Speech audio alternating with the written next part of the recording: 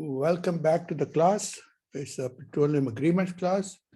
And the reason I'm saying this is because I teach two classes, you may know by now, and to make sure I'm addressing the right class and you're listening to the right lecture.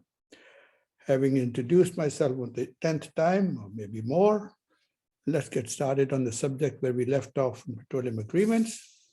And if I remember correctly, give me a second to think through. We had finished, recapitulate what we had done last time to give you a chance to go forward from where we were.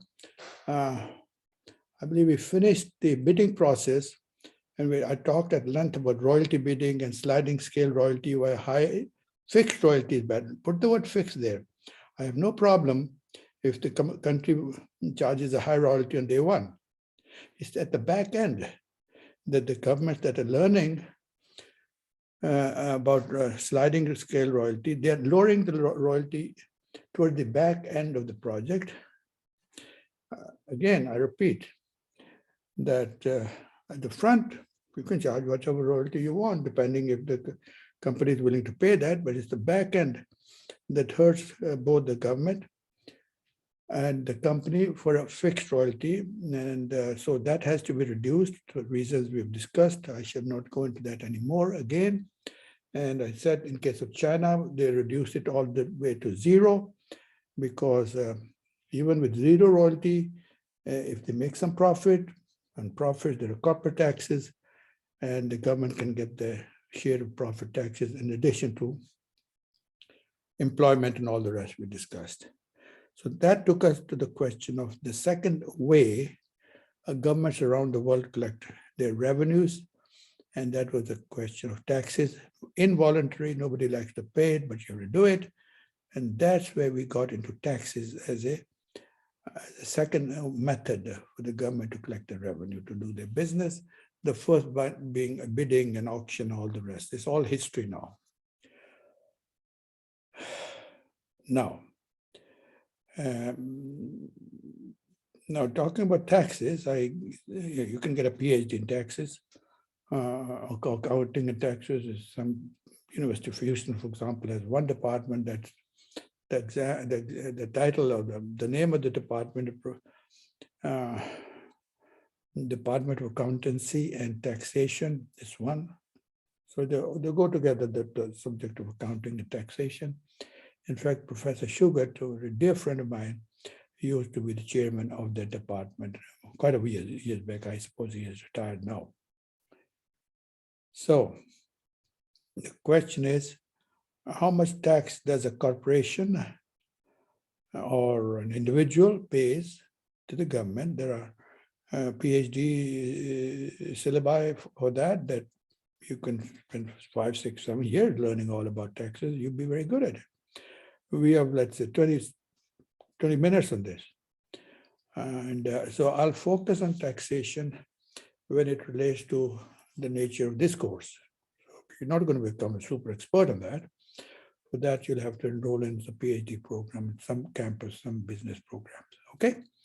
Having said that, so simple that I can make it is to discuss 3 things that will have an impact, 3. And I'm going to take up all 3 of them gradually. And we talked about it earlier too. This is a repeat of how much tax a company or an individual pays.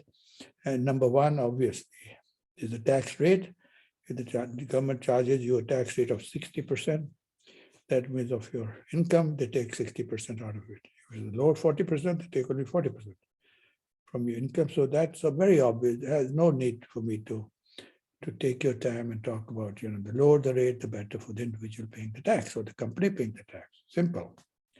The second one, which we started talking about last time, is how much tax you, meaning the company, ends up paying, is impacted by the method, the depreciation method. I repeat, I don't have to write it now because I think I wrote it last time here. The depreciation method the government gives you, permits you, I'm not using word allow myself, it's the same as permits you to use different types of method. There are, I listed 5 on the board last time. the government says you can try the 5 methods, 1, A, B, C, D, E. So whichever suits you, they all have different benefits to the company. They call depreciation allowances under different methods. That means one method A may give you a certain amount of allowance, reduce your taxes by using depreciation method A, versus method B to reduce your taxes by if you use the type method called B. I'm going to go into detail, so don't worry. Then you obviously, the one that the country that allows you to use the method that allows the precision method that allows you to reduce your tax, you're going to go to that country if everything else is the same. So logical. So in that regard, I think I wrote down around the world there are essentially 4 different types of depreciation method that are used to calculate your depreciation allowance. First of all, you ask me, and I did explain that also, what is a depreciation allowance? Very simple. And first I'm thinking, should I show it to you on the board? I said, no, I can just explain it to you. Save us from going up there and cleaning up the board and all that stuff. If the company has a profit of $300 million, profit, and they're liable to pay tax on that amount, and let us say the government says you can take a depreciation loss of $50 million. I'm going to give you a little example in a minute. That means on $50 million, you're not obliged to pay any tax, leaving you with what? 300 minus 50, $250 million. So the company is now obliged to pay tax on 250 million, not 300 million, thereby reducing your tax burden. Why 50 million and why not? All this is just the introduction. Part of it I probably introduced last time, but I'll go into the further details now. The question you can ask me is, why is the government so benevolent? English would improve your vocabulary, folks. Why is the government so kind, benevolent? That they are giving the company and the benefit of reducing the tax by using depreciation allowance. That's an obvious question. Well, because it is good for the government. Obviously, it's good for the company because they're paying less tax. The question is then, how is it good for the government by taking less tax, less revenue from you? The reason is obvious, is common sense. And that is, the computer I'm using now to talk to you, which will soon be replaced because I'm already looking for a newer model, costs $3,000.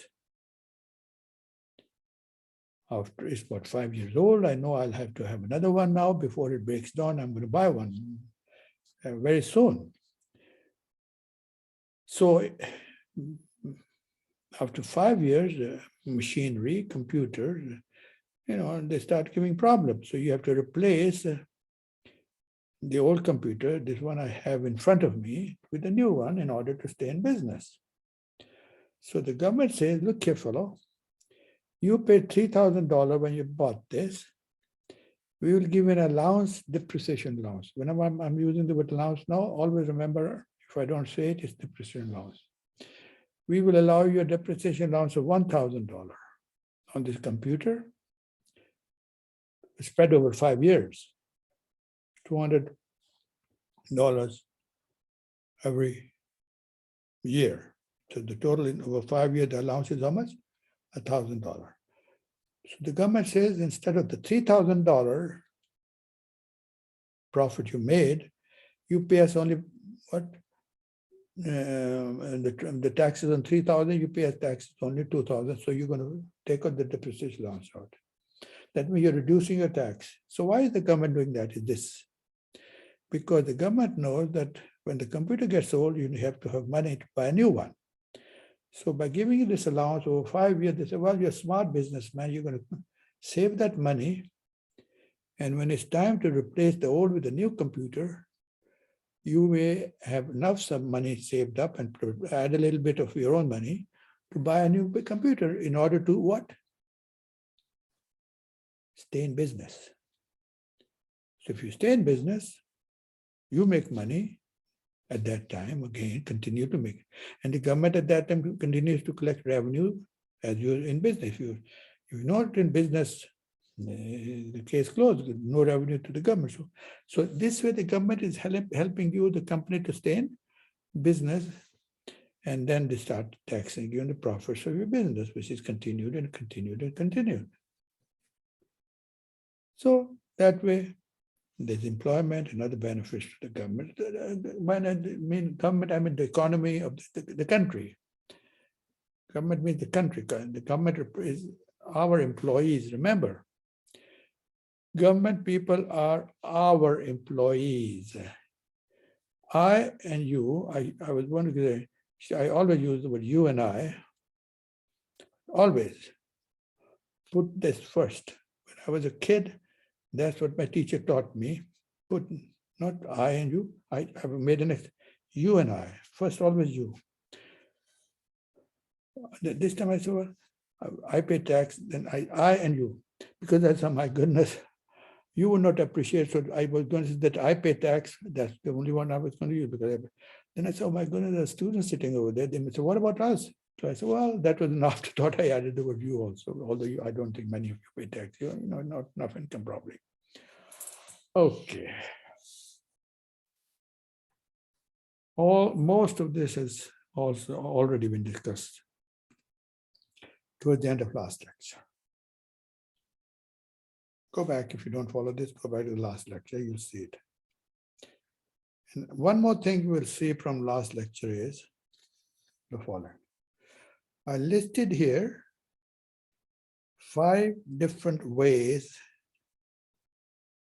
the 5 different governments, as an example, gives you the methodology, how to calculate calculate to receive your depreciation allowance. 5 different. I think I had a straight line on the top, double declining balance, sum of the years, digits, ACRS, accelerated cost recovery system, and units of production, I believe it was the end. Or it doesn't matter what sequence they are in. That is not important. And that's where we stopped. Then I said the second way, where you get to the country with the low tax rate, the second way the countries attract to you is to say, okay, use this type B, for example, of type B of depreciation loss, calculating depreciation loss with double declining balance, to calculate your taxes. Or they might say, no, use the straight line method to calculate your depreciation allowance, and then use that method to see what is your tax after using method A versus method B. And that has a bearing. So let me explain to you the difference now. What it would make a difference if you go to a country that allows you straight line method to calculate your depreciation allowance, and a country B that allows you sum of the year's digits, SYD, to calculate your depreciation allowance. I'm going to use these 2 countries, A and B, to make a point. Okay, A and B. Now, let us say you go to a country A and you have an equipment of what? $10,000, tangible. It's always depreciation allowance is calculated based on tangible assets. Tangible is the computer, something they touch and hold. The table, the chair, car, this is tangible. Okay. Electricity is not tangible. Flip it on, flip it off. Can't touch it, can you? There's no salvage value of this, is there? Remaining value is gone. Generally, something tangible like this computer or table I'm sitting has a value at the end. Well, maybe a little bit, maybe. So now let's talk about country A. Says use straight line method of depreciation to determine what's your depreciation allowance. I'll do it for you on the board. And then I will compare it and say, let us go to country B, which says use sum of the year's digits, SYD. And the life of the assets is 4 years. 4 years. Okay, in both cases, let's say it's 4 years. You know, I'm trying to determine 5 plus 4 plus 3 plus 2 plus 1. 5 plus 4 is 9. 3, I have to do some calculation. 3, 12, no. 5, 4, 3, 5 plus 4 is 9. Plus 3 is 12. No, let's say 5 years. The math is easier that we do. That was I was trying to see, which will be easier for you to follow and less complicated math, arithmetic really. So let's say the life is 5 years in both cases. And the asset value, did I say, was $10,000 tangible asset. So I'm going to get up and give you what happens in the case of straight line.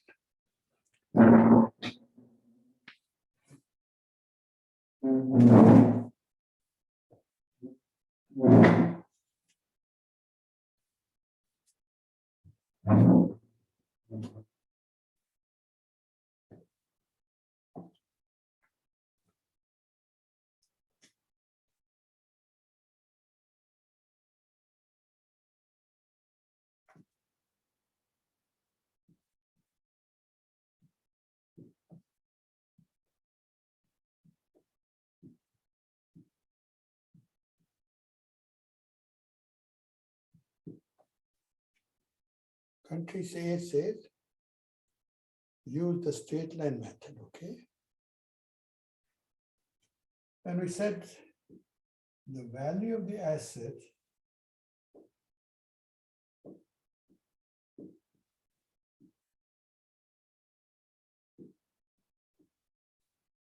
$10,000 years. The life of the asset 5 years.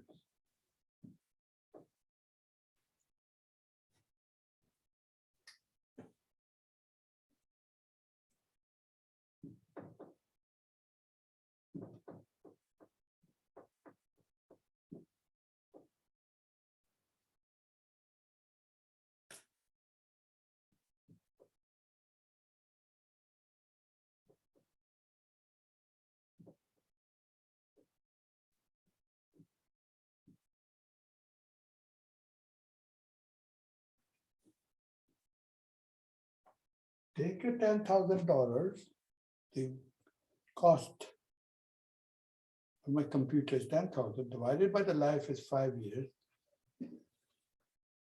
and the depreciation loss is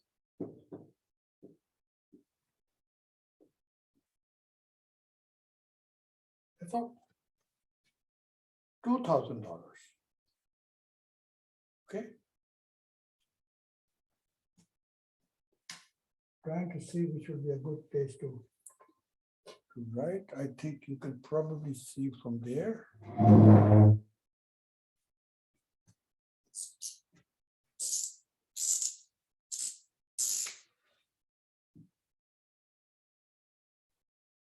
Country B.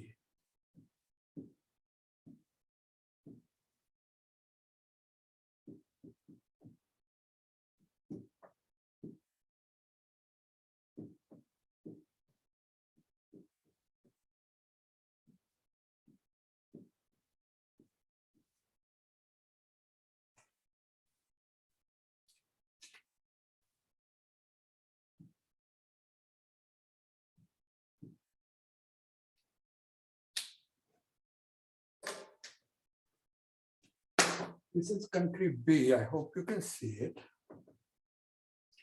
And they say, no, we will allow you to use the sum of the digits method to calculate depreciation allowance. The same asset 10 years, the life is 5 years. Let's do that. They say take a 5-year life plus 4 year plus 3 year plus 2 year plus 1 year is equal to 15.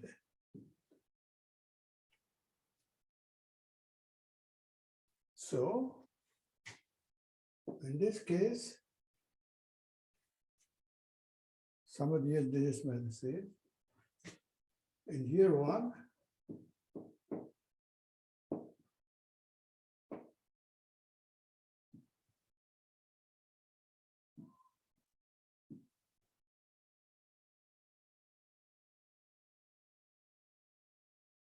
take your $10,000, remember it's the same asset, $10,000. Hope you can see it. Multiply that by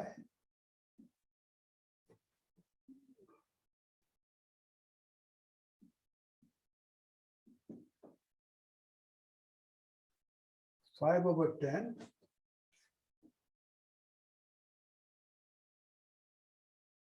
And you get a depreciation loss of not multiply, sorry, not multiply, divide.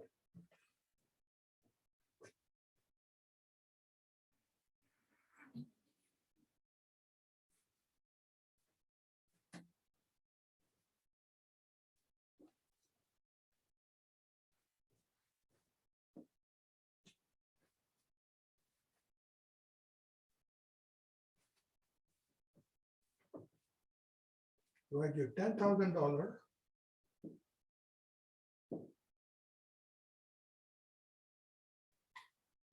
What am I doing?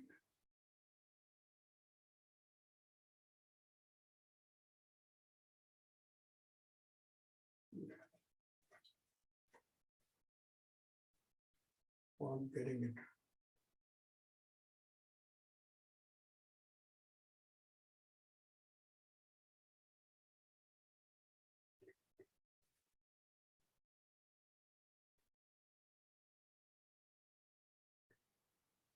Now let's make it easier.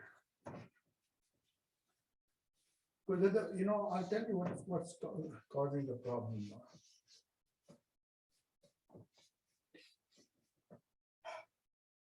If I go 15 years, okay. If I go 5 years as I started, 5 plus 4 plus becomes 15. It's a long way I'll have to fill up this board. So if I make it 4 years, it'll be a shorter, quicker calculation. I won't have to fill up the whole board and waste your time, okay? So let us say the life is 4 years. I'll have to change that also. So this will take you 4 years plus 3 years is 7 plus 2 plus 1 is equal to 10. I'm sorry, I apologize. And for this reason, in order to make it the same, I'll have to make this life also the same.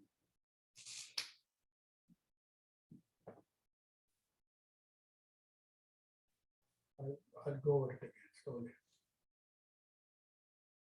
My apologies. Straight line, 10,000 divided by life is 4 years, 2,500 every year, okay? Every year. It'll be the next year, it'll be the same. The next year, it'll be the same. So the next year,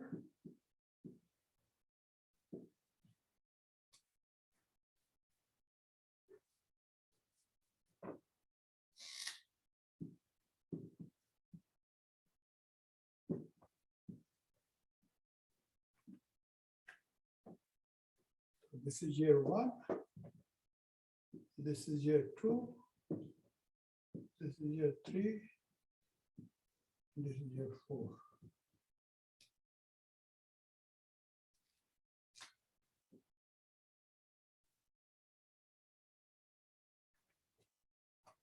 Okay, these are years.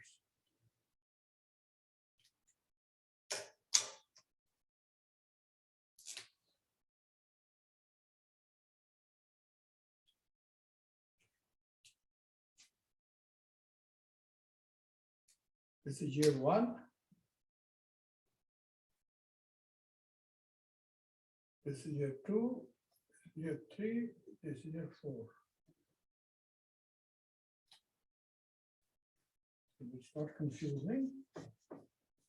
I'll make it.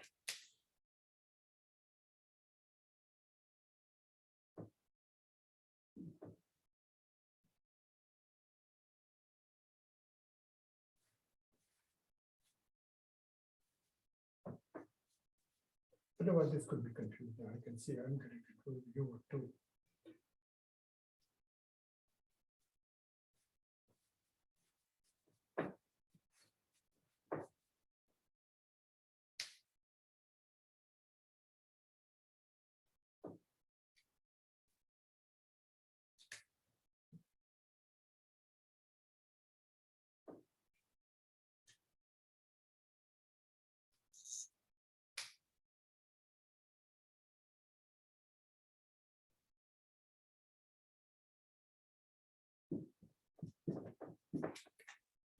I hope it is clear now.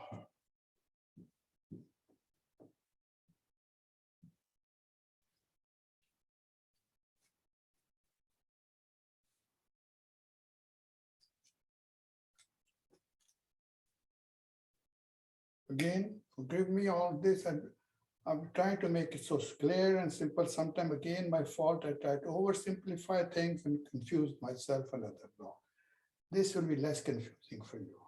That's what I'm trying to do.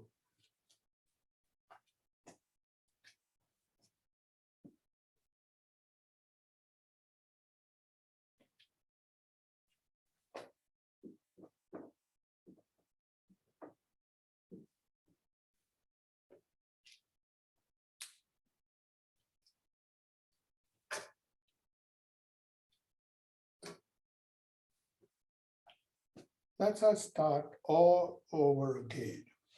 Clear everything now. So now, fresh start. Things will flow very smoothly now. We are going to compare country A offering straight line method, country B offering sum of the years digits method. And then what I'm trying to do is now to show you what kind of allowance, depreciation allowance you will get if you go to A versus B. And therefore, where will you end up going in country A or B, only looking at the depreciation allowance. And this is going to be a legislative question, policy question. So this is what I'm trying to prove to you, just by this simple example. And I'm repeating now. The asset value is $10,000, period. The life is 4 years. This is 4 years. It's a straight line method here. You take your $10,000 and divide it by 4 years. The answer is you will getting an allowance of 2,500 years. Year 1, year 2, same thing. Year 3, same thing. Year 4, same thing. So every year, you will get an allowance, depreciation allowance of $2,500. Is that clear now? In country A. I hope that is very clear.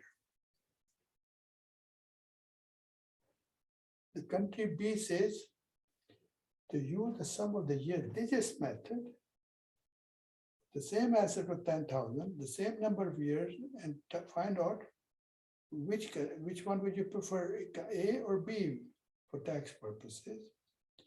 In that case, let's move here. In the sum of the year digits method, if the life is 4 years, the asset value is 10,000. So what happens in this case? How much is the depreciation loss? Here the depreciation is the same every year, 1,500. Here you take the life 4 plus 3 plus 2 plus 1 is equal to 10. That's what the government says. Don't ask me. There's no logic there, but that's what they want you to do. Don't ask the government, they'll audit you. Do what they tell you to do. That's the way we talk to IRS people. Just abide by the regulation. In this case, in year 1, the depreciation allowance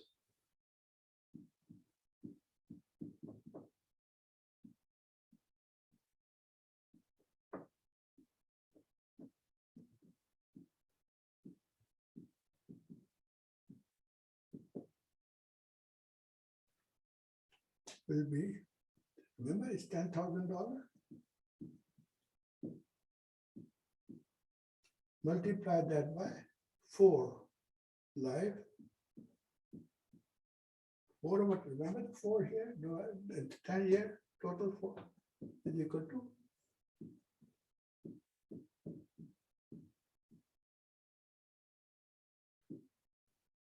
4. In this case, how much you're allowed? 4,000. In this case, how much you're allowed? 2,500. Where do you have an advantage in calculating your taxes? Definitely in some of the digits that on 4,000 in this case, you will not pay any taxes. Here is only 2,500. So I'm going to company B definitely. There's a board benefit based on the depreciation allowance calculation. In the second year,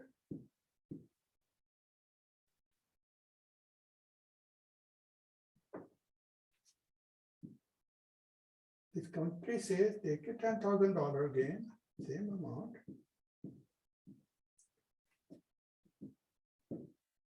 Multiply that by 3 over 10.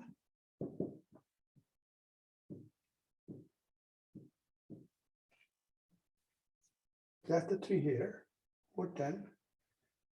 You get an allowance of how much? $3,000. In the third year,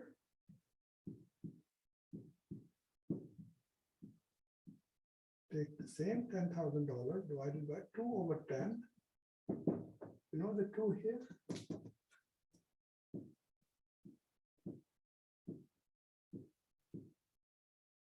And the allowance is how much? $2,000. In the fourth year,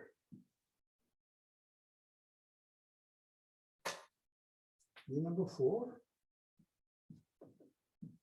take your $10,000 multiplied by 1 over 10.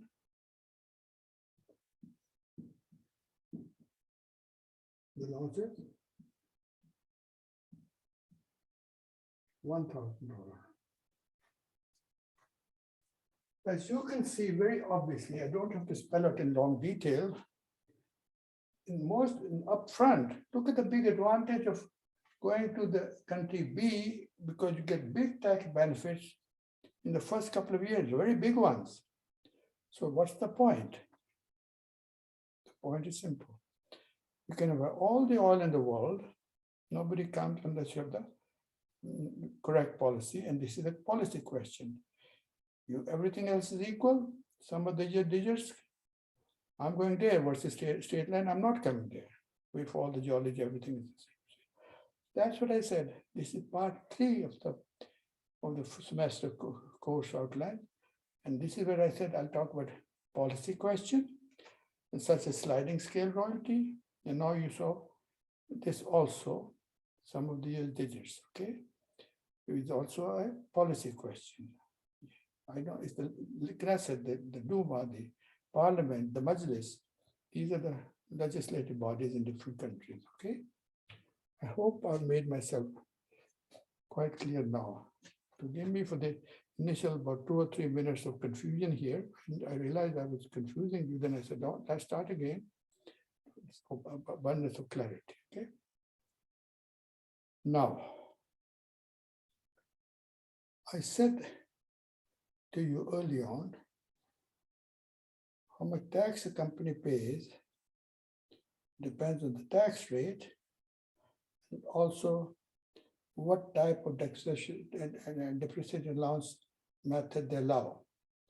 And if you remember, you go back in your notes and say, the third factor that influences how much tax you will pay also depends upon loan, the offsetting loss, LOS, loss, right on, loss, LOS, offsetting possibility. Number three, I'm going to explain, very simple. Loss offsetting possibility is a major factor that affects how much tax you're going to, you meaning the company will end up paying, okay? In this case, I'll take you to Indonesia to explain this. Okay, let's go to Indonesia now. Let me wipe this off first.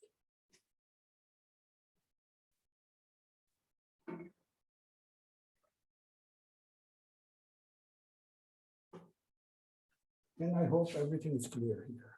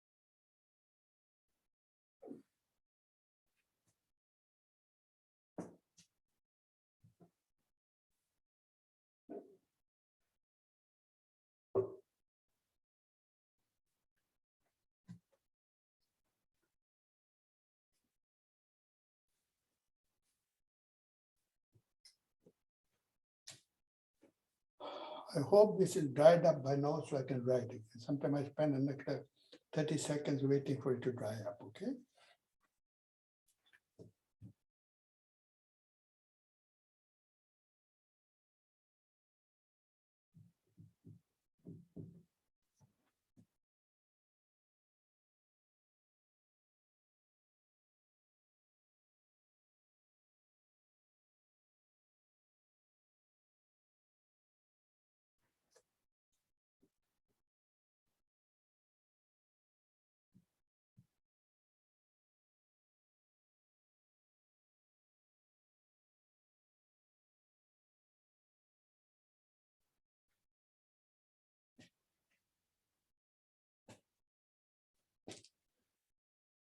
Very simple.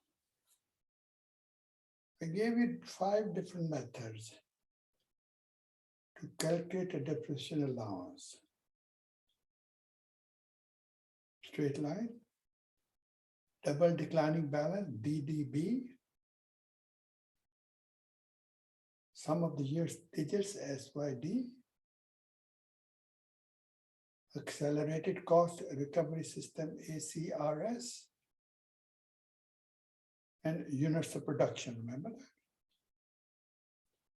Without getting you to be a PhD in accounting and taxation, you have to just accept what I'm going to tell you, just accept it. And that is, of these 5 methods, the second method, double declining balance, DDB, double declining balance method, gives you the best or the largest amount of depreciation allowance in the calculation of DDB.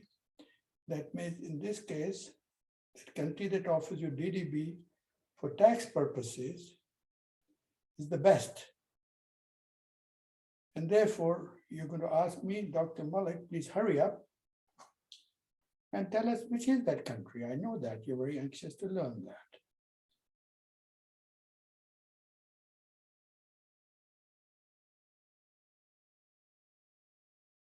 And that country is Indonesia.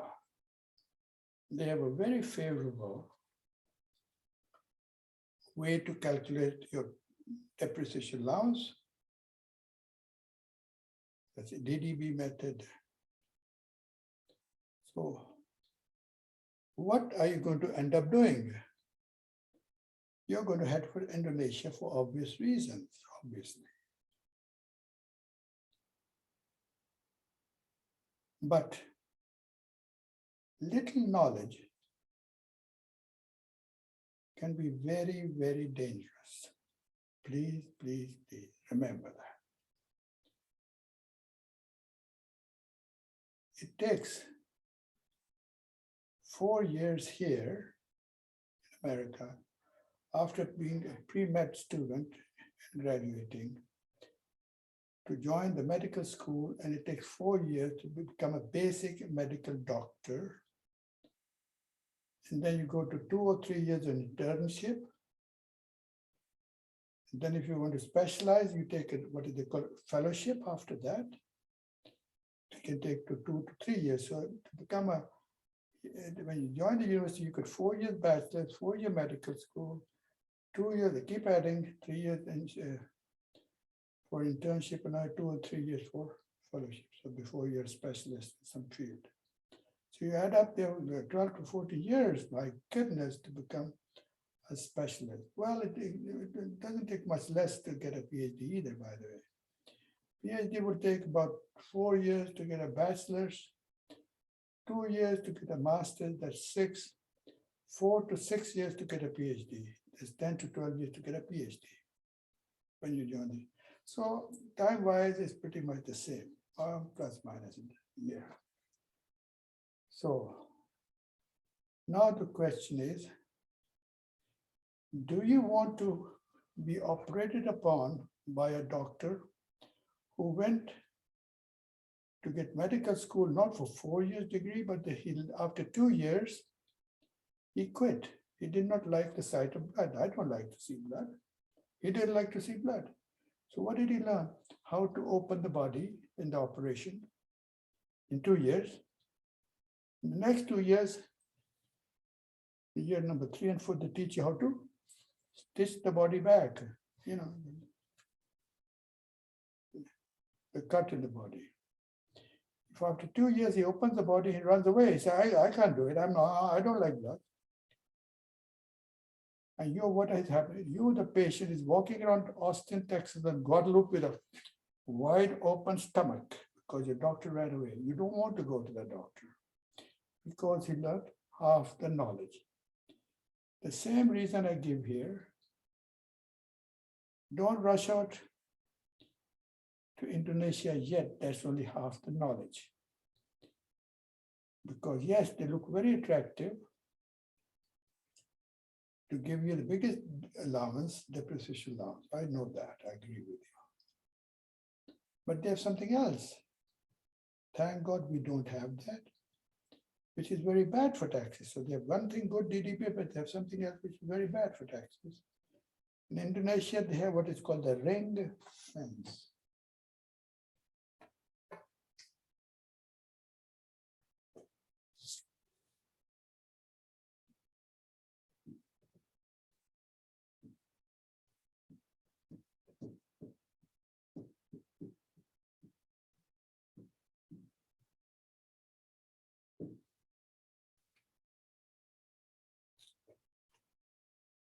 Not good. They have it in Indonesia in the tax code. In the United States, we don't have that in the tax. We do not have the ring fence. Now, what is the ring fence is the question.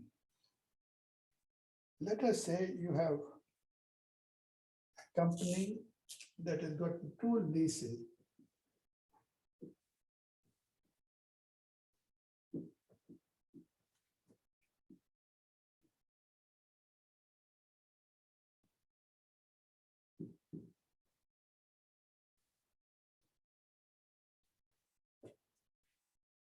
A and B. Maybe one is in Texas, one is Louisiana. Remember, in this case, it is the same company. One company has two leases. Some production coming from Louisiana, some from Texas.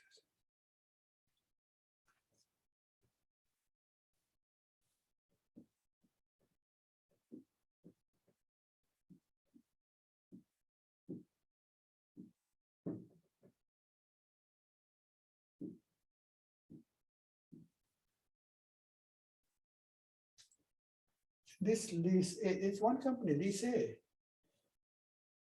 This company finds out in lease A, wow, look at this profit. They had a profit of $100 million. Wow. This lease, the same company now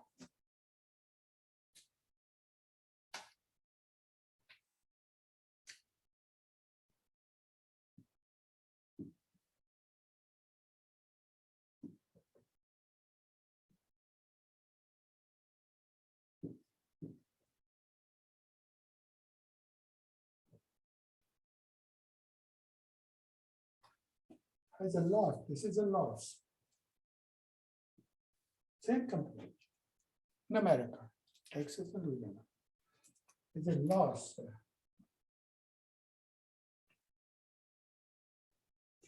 $60 million. Question is,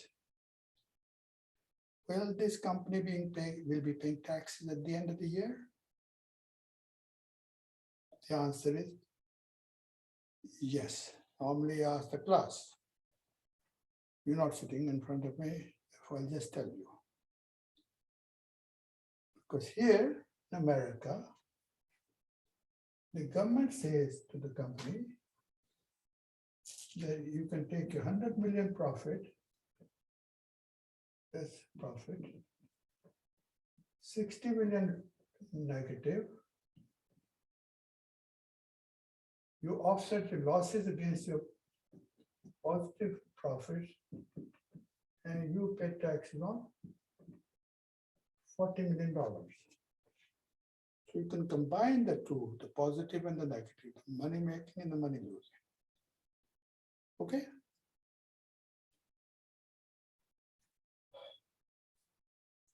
But let us rush to go to Indonesia.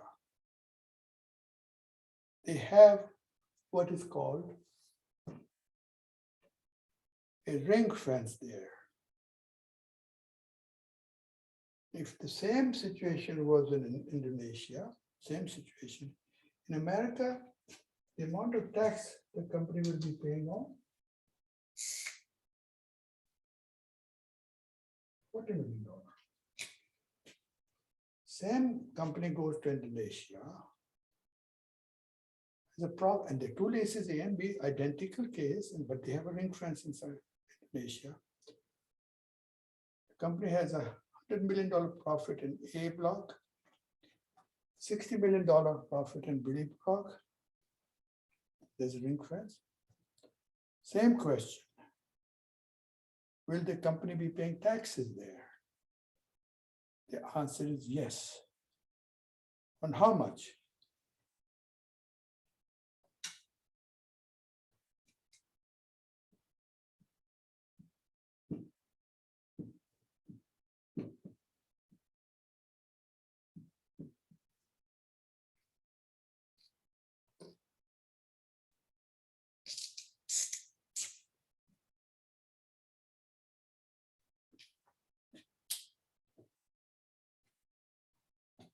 Here it is. In Indonesia, the company pays a tax on $100 million, folks. $100 million. In America, they pay tax on $40 million. Where am I going? Where am I going, man? Doesn't take a genius to tell me where I'm going. Indonesia, no. Okay, look at the tax. So you say to the government of Indonesia, what were the losses ahead of $60 million? It's no. Here you cannot offset the losses against your profits. In America, you can offset losses like I've done here against your profits because the ring fence. In the NISHA preaches, it says tax for tax purposes, only for tax purposes, not operational. Operational, the same companies operating here. Now. They say for operating purposes, there's a ring around BEEP, so they have their own, it's like a separate company. They pay their own taxes. BEEP pays its own taxes. And there's a ring around.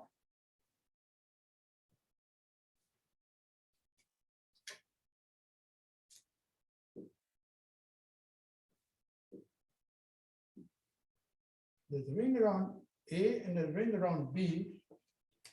You do not combine the tax of one and the tax of the other. You can't mingle them. And they say, well, when will we get to recover the losses of $60 million? That's the question you're going to ask them. And what are they going to tell you? You will recover this loss only if you have a profit over here. If you have a profit over here, after 5 years or 3 years or 2 years, of $70 million, only here,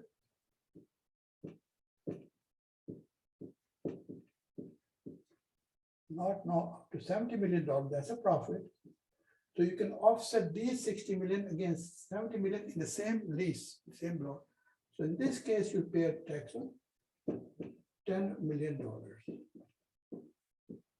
But only you can offset the losses of 60 against the profits of 70, as long as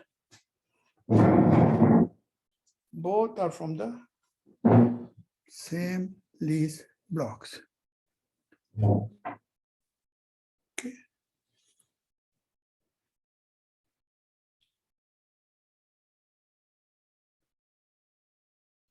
Let me go a little bit further now, give you a little more on this bit of accounting. Sometime you may come across that. I'm thinking, well, what might benefit you in the real world? One day you're going to be chairman of a company. Don't forget me. You'll come across this thing about what? About these kind of things are handled at level. Okay. So let me take you further into the companies where you will be dealing with indexation for inflation, because there's inflation and book value of companies. Very common, especially book value. What in the world is a book value? Very important. Let me take it off. Wait a minute. Let it dry up, then I'll tell you what is a book value.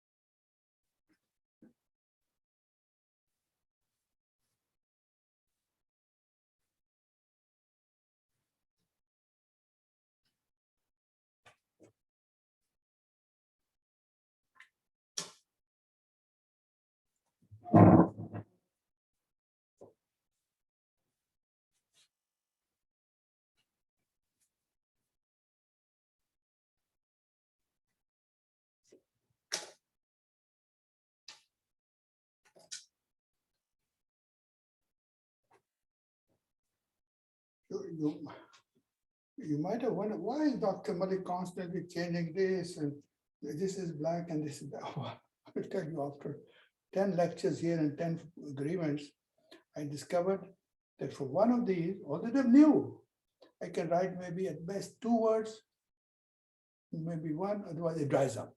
Then I put it away. Then I pick up the other one. I can get 2 more words before that dries up. Then I go to the third one, I pick up. By the time I finish 3, then I go back to the first one again, and I can write another 2 words. So that's what's happening. I'm recycling them constantly. At one time, I'm going to write 2 words, and then I leave it. Then I write another one, take another one, and write 2 words. And then I go back to the first one, I pick up some more, I write another 2 words. So that's why I'm doing all the Mickey Mouse stuff, I call it. What a way to teach. Oh, it's okay.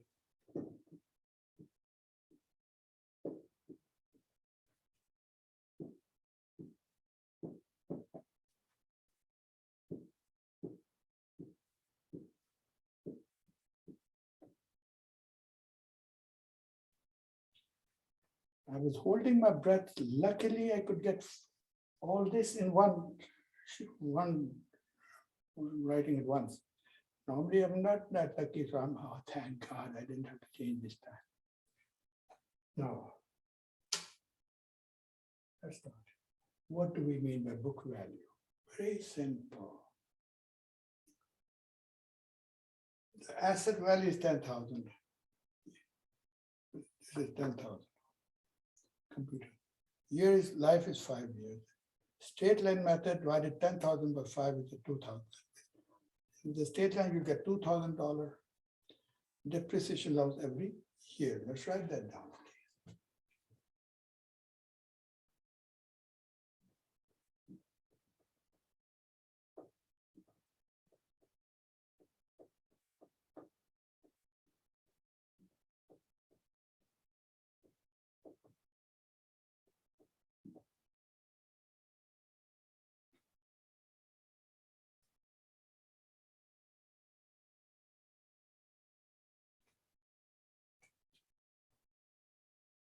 So year 1,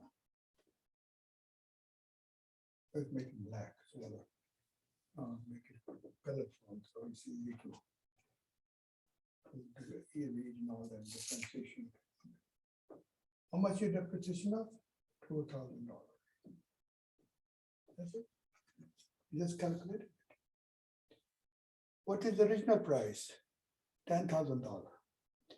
At the end of year 1, how much your depreciation loss is $2,000. Original cost $10,000 minus $2,000. You're left with how much? $8,000. $8,000. 10,000 original cost minus the allowance of 2,000. Left. This is the allowance. This $8,000 is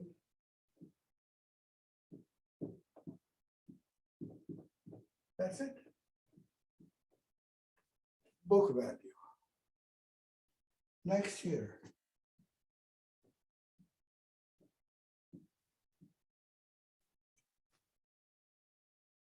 Same story. Your book value at the end of year 1 is how much? 8,000 minus the allowance of 2,000 at the end of year 2. Your book value is gone down to $6,000. That's all. Third year. Same story. You have a straight line. $2,000 is your allowance. Book value at the is 6,000. Take 2,000 out of the book value, you're left with how much? At the end of year 3, a book value. Okay, it's going down, of course. They always go down. Fourth year, you can guess it.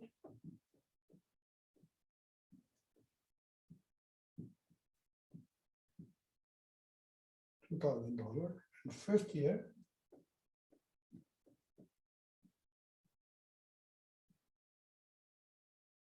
your goal is, I hope you know, to make the book value go to 0 at the end of the project.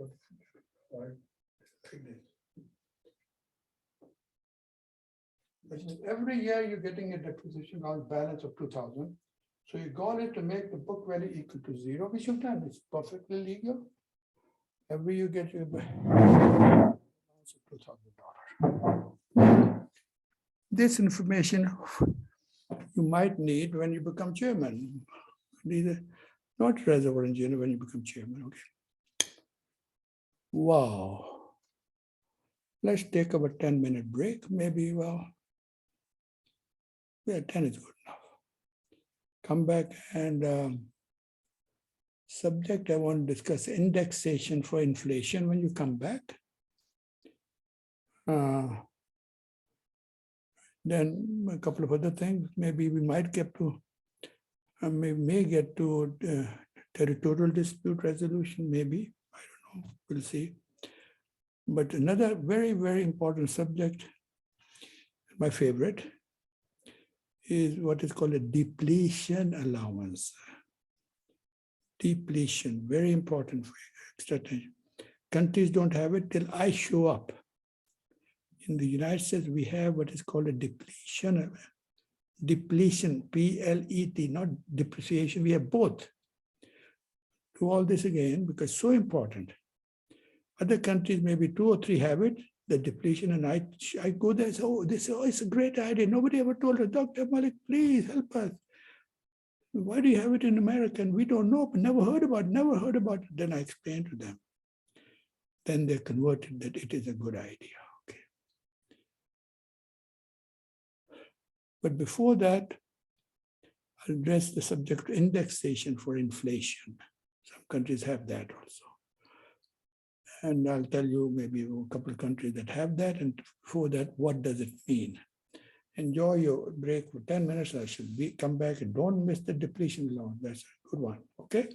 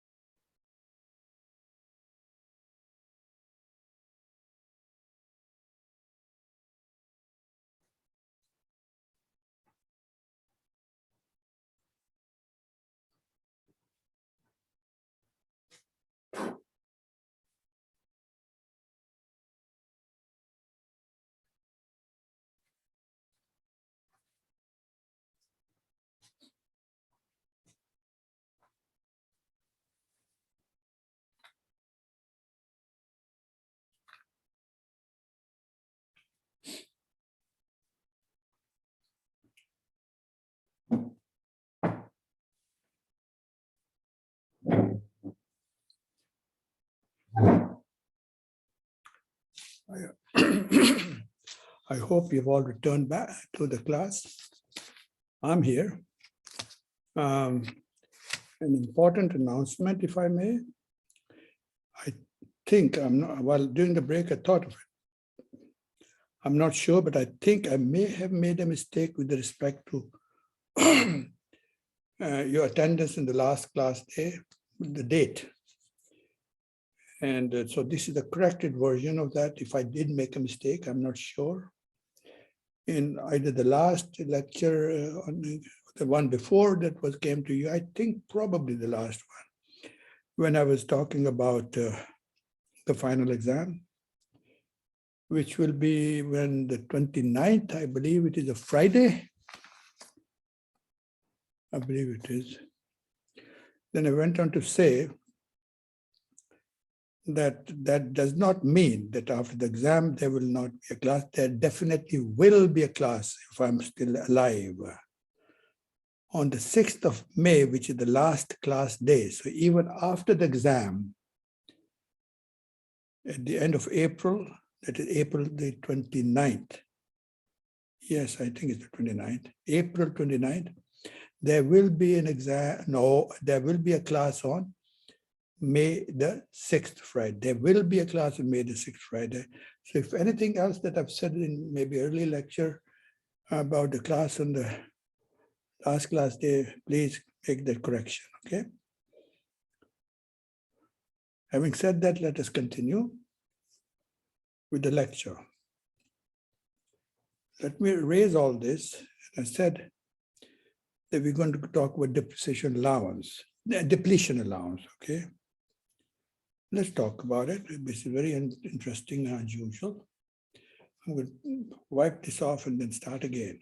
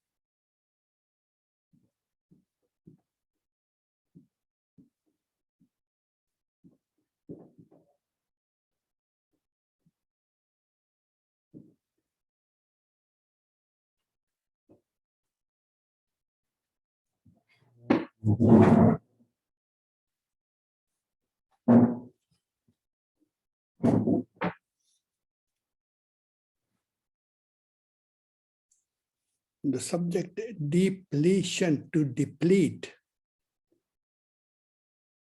So you produce the oil from a field, you're depleting the field by production.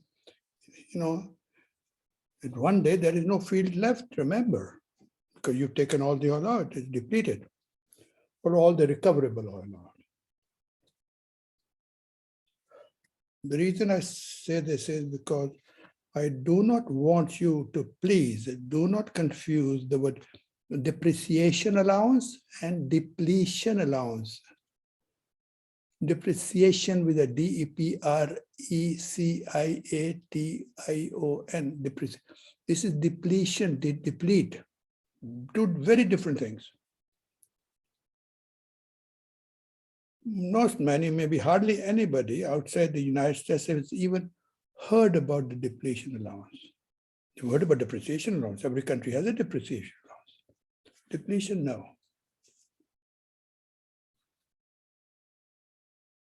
Hardly anybody outside the oil business in America has even heard about the depletion allowance, why the government gives it. Today, you'll see the rationale and what is a depletion allowance.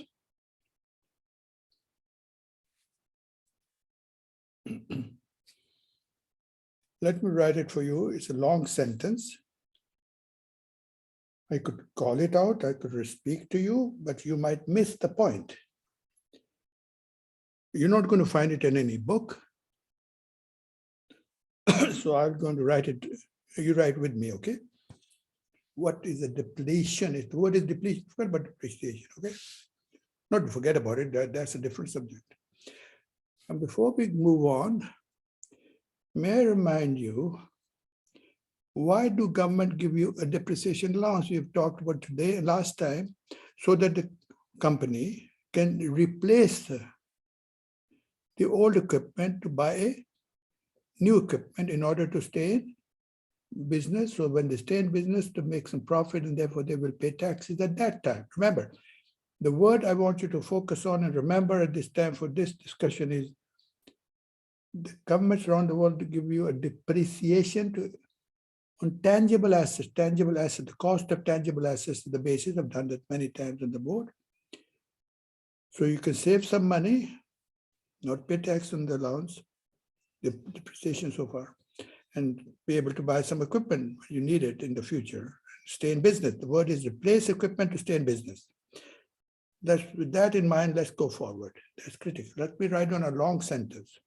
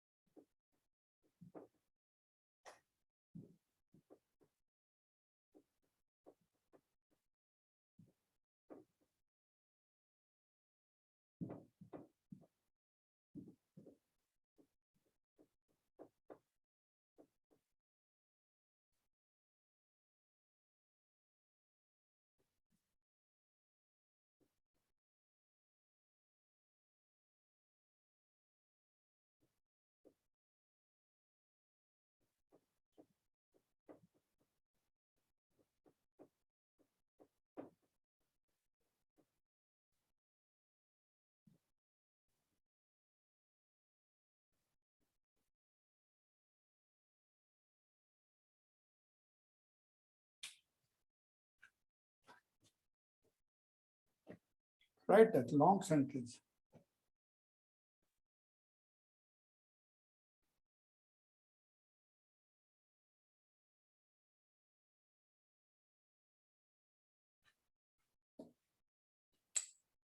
Sink in, let it go in. Take every word separately.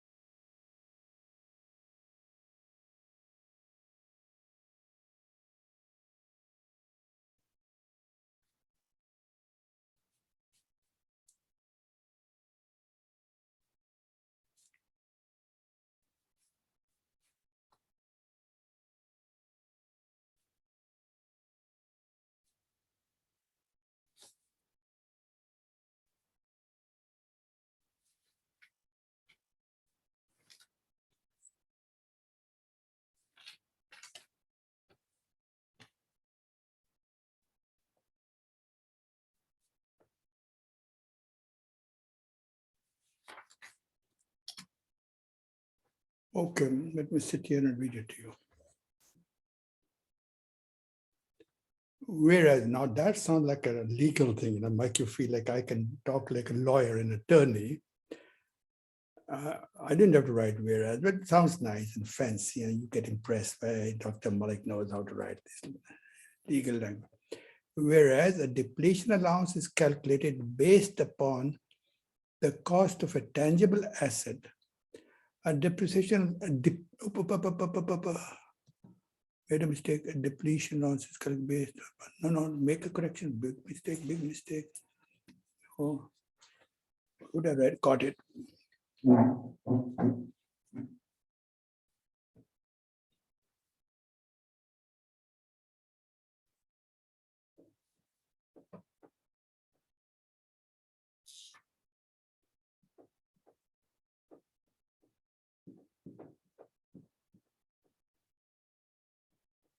Make that correction, please. Make this correction. Here the word is depreciation.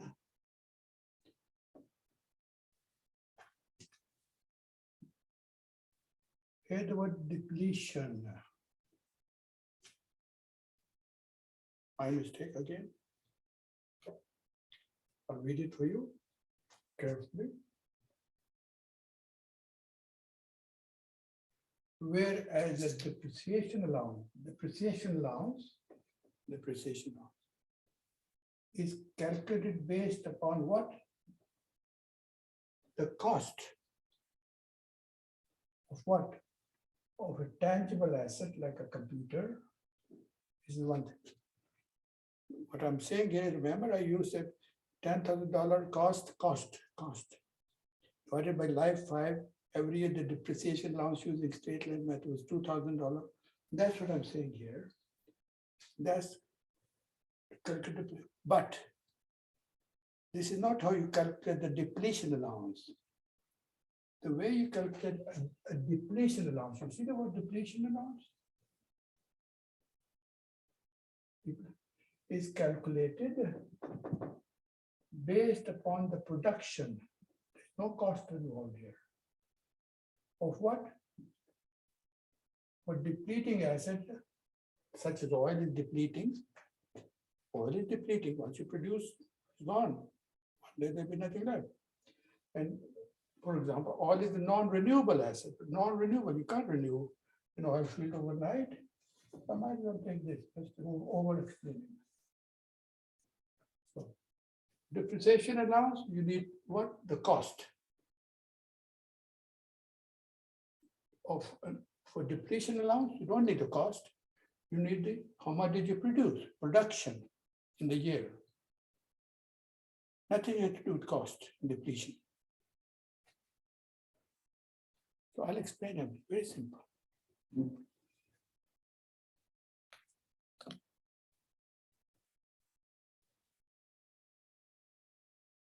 Let me show you how depletion allowance is calculated. Depletion, then like I showed you how depreciation allowance is calculated. Now I'll show you how the depletion allowance is calculated. And then I'll say, why do we have it in America? Okay, then we'll take it to France. Let me take it. Now I'm going to show you how depletion allowance. Very simple. One multiplication, that's it.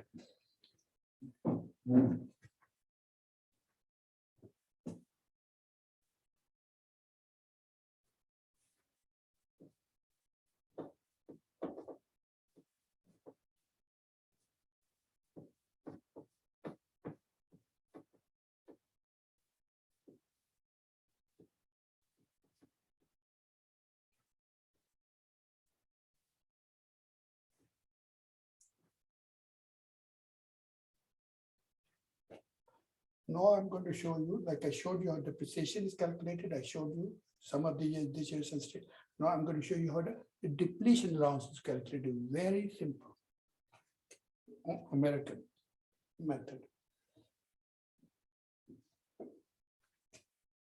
Up.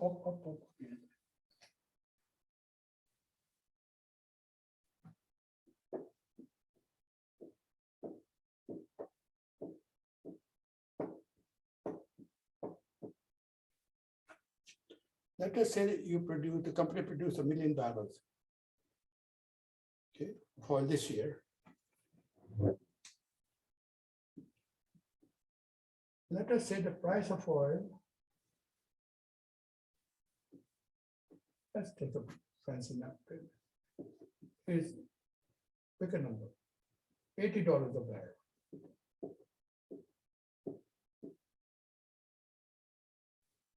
Price per barrel. Total revenue is how much?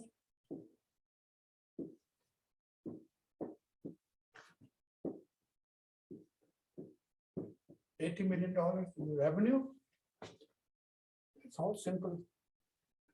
The depletion allowance in America is 15% of the total revenue. 80 million multiplied by 15% is how much?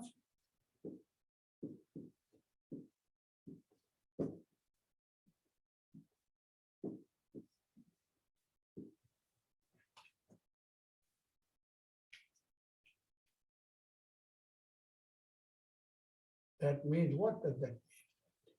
That means in America, this company will not pay tax on $12 million. Wake up, folks, wake up. Even if you were sleeping, wake up. $12 million depletion allowance, no tax on it. No tax. Simple calculation. More.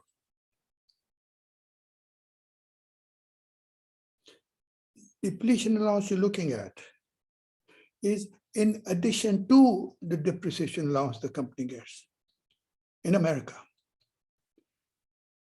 The company gets what? The benefit of getting both the depreciation allowance based on the cost of the tangible assets, I showed you, plus they get the benefit of a depletion allowance of a depleting assets. Is the government crazy here? I don't think so. Get both. Unthinkable. But they get both. Both depreciation and the depletion allowance. I'm repeating because this is, how come on, man? When I came here 50 years ago, it was not 15% depletion, it was 27.5% depletion loss. So the benefit would have been not 12 million, maybe closer to 20 or 25 million dollars. No tax on 2025 at that time, $1 million. The more you produce, the more tax you pay. Write-off you have, the less tax you pay. The more you produce, the bigger the depletion loss, the less tax you pay. The more you produce, because it is based on the amount you produce. I've said it 10 different ways. I hope you follow what I'm saying. Based on the amount of production of a non-renewable resource. Now, let me explain what you've just heard.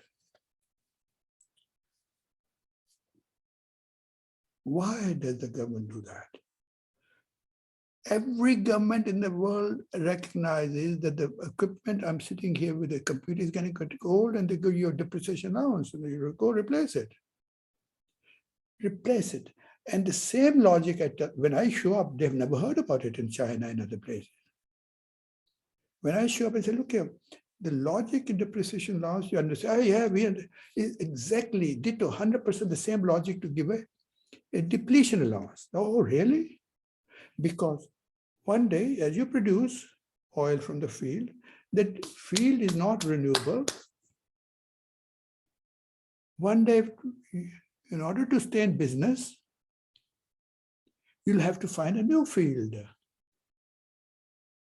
How else will you stay in business unless you find another field? And that's why the government of America, to replace the old field which is depleting, one day there'll be very little recoverable oil left there.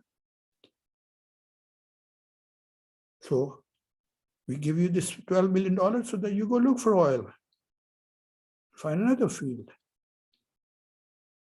That's the year 1989, no, year 1989, yeah. 1989, we were drilling 90,000 wells. Are we crazy? Maybe half of us are, but not all of us. Because the government says, you get such a benefit. Go find more oil, go take it out of the ground. God has blessed this country with so much oil. What good is it? And other natural resources if it stays in the ground. The government is really using the same logic it does for depreciation allowance. There's no problem with that. I know there is one question in your mind. Nobody ever asks me that around the world, but I tell them myself. I say, folks, you think you're very smart and you don't know what that I don't know your question? No. Before you ask, I'll tell you what is your question. Then I tell them, yes, Dr. Malik, that was what I wanted to ask. I said, well, the question you're going to ask me is, what if the company gets $12 million allowance in America to look for more oil to replace the old field, and they take off to somewhere in Africa, find oil there, or South America, or Brazil, or someplace in Nigeria or something. What did we get out of it? They got away with allowance and paid less tax, but then they disappeared and gone to Argentina. Why would I give it to that? Why would the government give them an allowance? I tell them, that is your question. Oh, yeah, that's what I wanted to ask you, they say. I said, this is the answer to that. I give them the question and the answer both. I said, in the United States, we have a free system. We feel freedom here. The government assume, the government says, well, I'll take your $12 million benefit, do of taxes, and not pay any.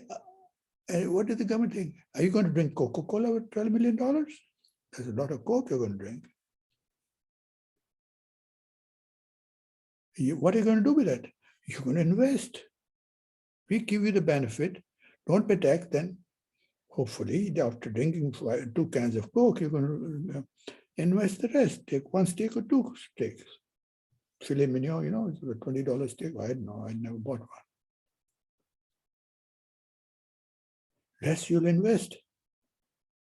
But we're a free country. We don't tell you where to invest.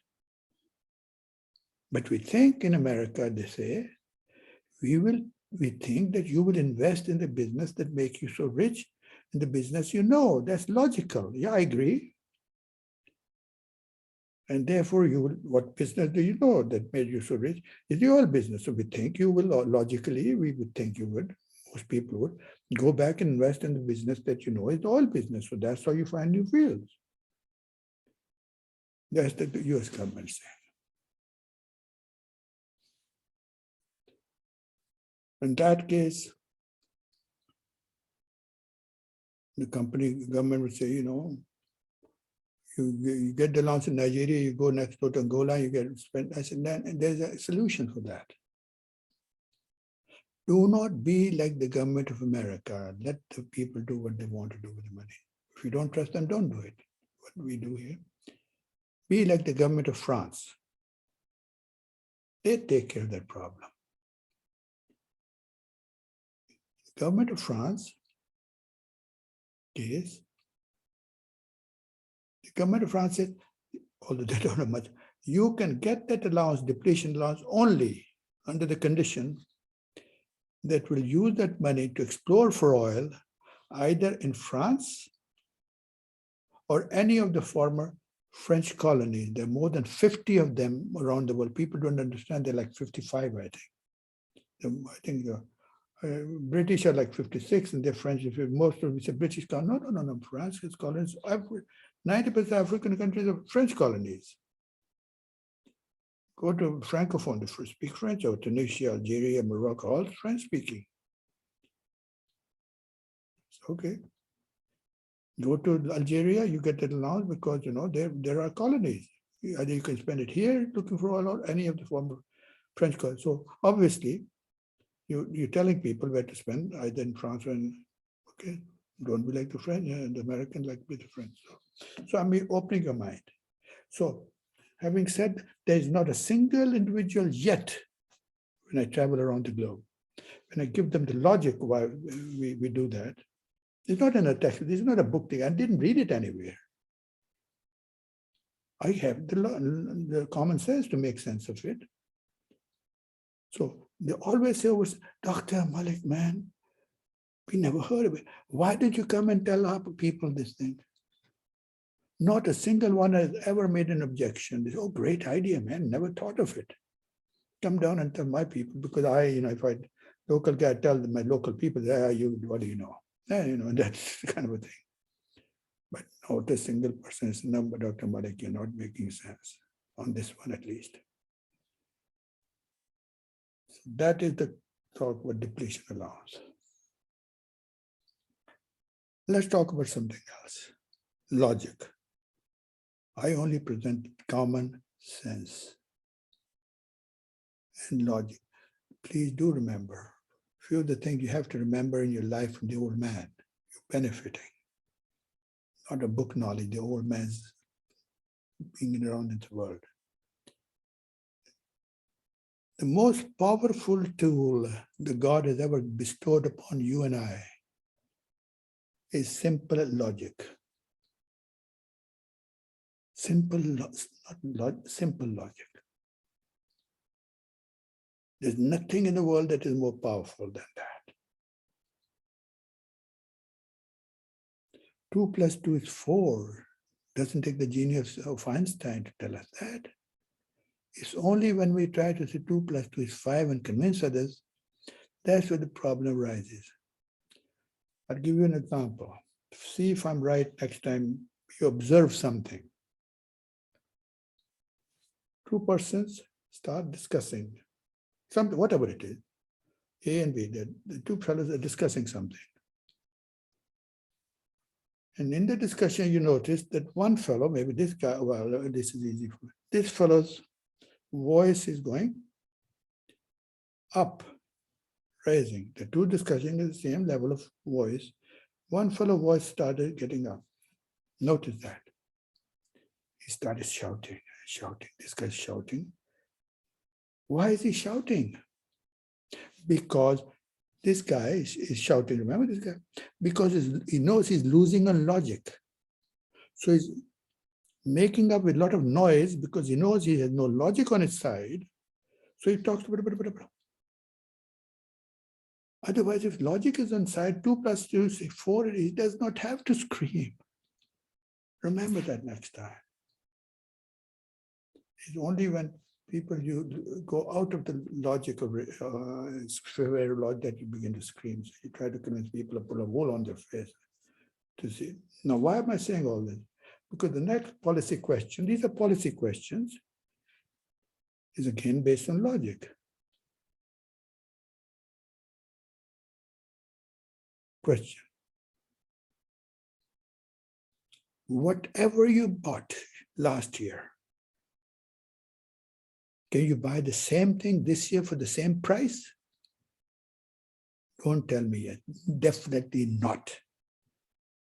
There's something called inflation. Constant increase in the price of whatever you're buying. Last year the shoes were $18. This year they're $20.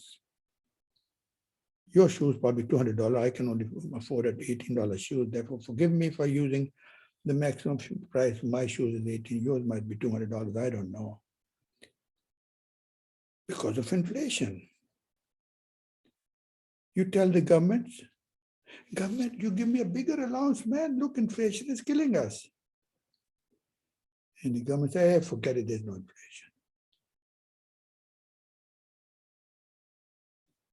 The government of Norway and government of Kazakhstan. Kazakhstan is a country, by the way, look up the map.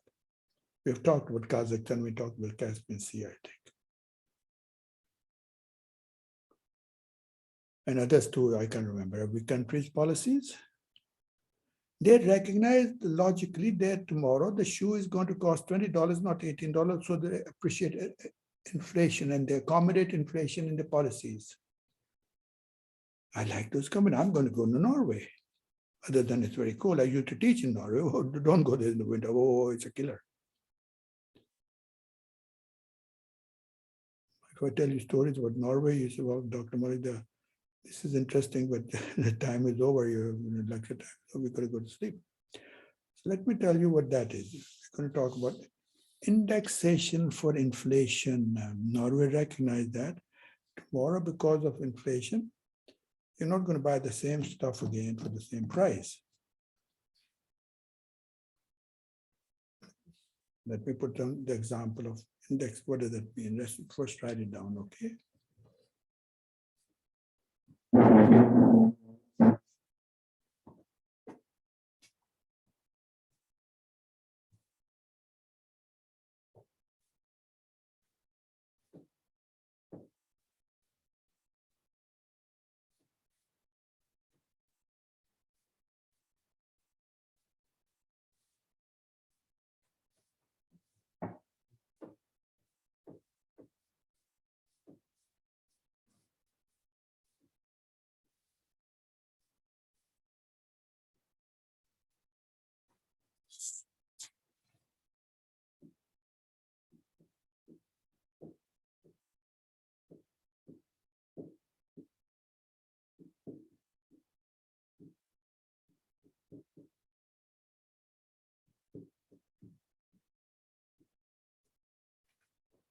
Indexation for inflation.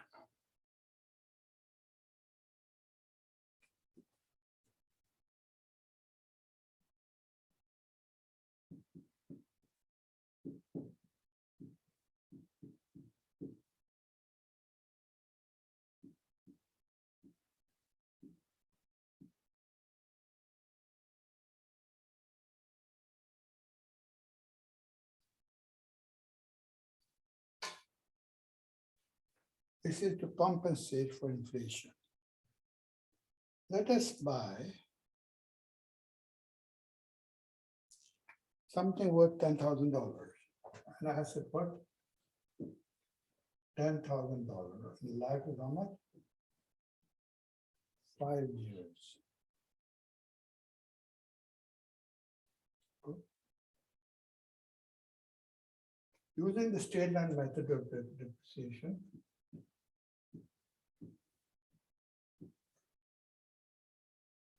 every year you have a depreciation also for how much? $2,000. The government ignores that it's going to cost you more than $10,000 after 5 years. In Norway, they have what is called an indexation for inflation of 150%.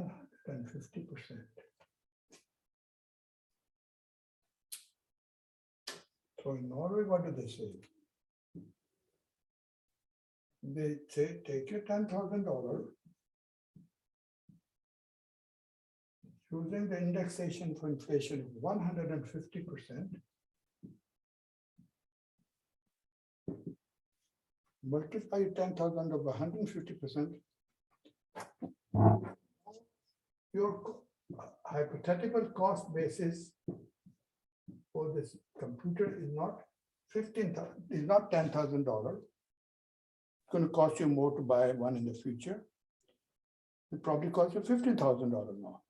They've indexed the cost to inflation, compensate for inflation.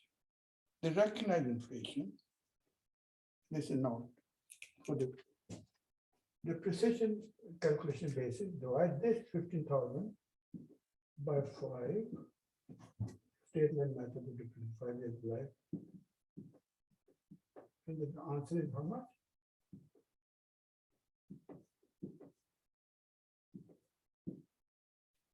$3,000. They will give you a depreciation allowance not of $2,000, but of amount equal to $3,000. What would that do? Obviously, you go to Norway, I hope, if you have any sense. If everything is the same, you go to Norway, of course. I would. Simple as that. Because you get a bigger tax benefit, more allowance. Why would I not? Okay. So, and I think Kazakhstan has something similar to that. Maybe other countries too. I don't know about every country. Again, it's a policy question. Policy. I told you I promised, I'm keeping my promise. That today and last, maybe the lecture, we're going to talk about part 3, policy. Interesting concept, taking off. Tomorrow, next time when you meet, we go to Colombia, okay? With Indonesia and America and China, we've been in Norway and all over the world.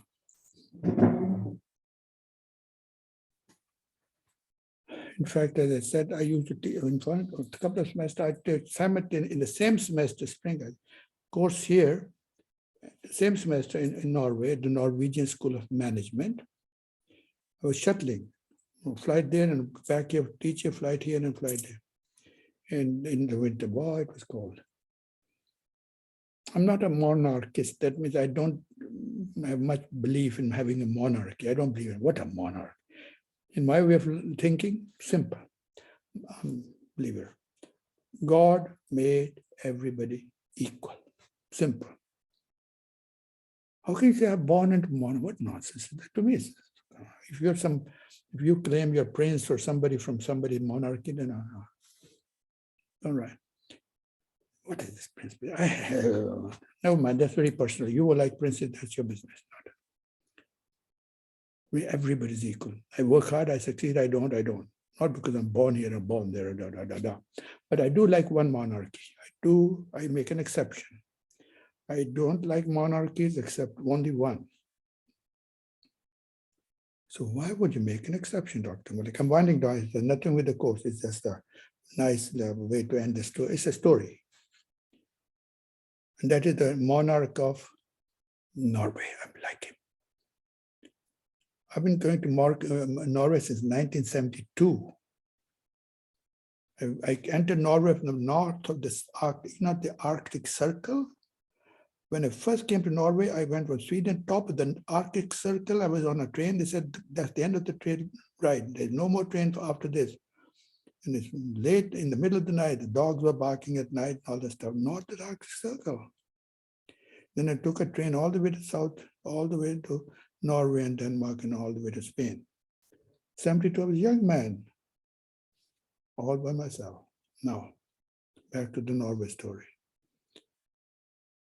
Then later I was teaching. I had a nephew, he's passed away, my sister's son, who lived in Norway. He was a Norwegian citizen. So I would go every year to go see him. In the summer, of course, for him. At that time, I could pick my time. So I was staying at this hotel called Oslo Plaza. It's a fancy hotel, very nice upscale hotel. And my nephew came to see me. And we were coming in the evening from having dinner. We went out, I'm his uncle. We said, let's go out have dinner. And when we came back from dinner, the story's ending. As about to enter, we were about to enter the hotel, he was going to see me off.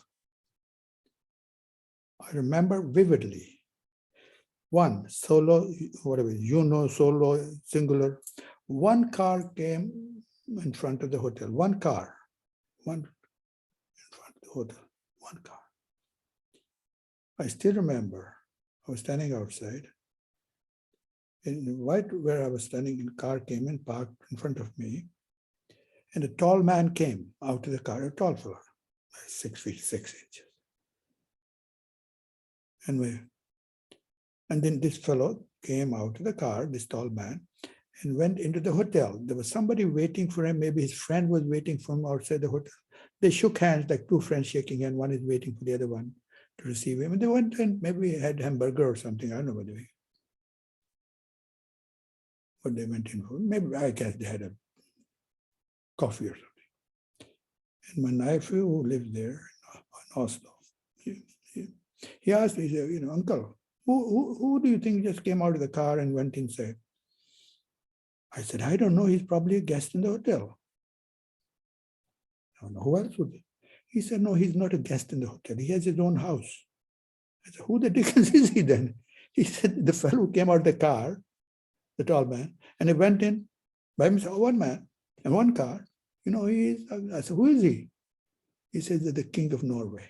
How can you know that's the king of Norway going out to have a hamburger with a friend?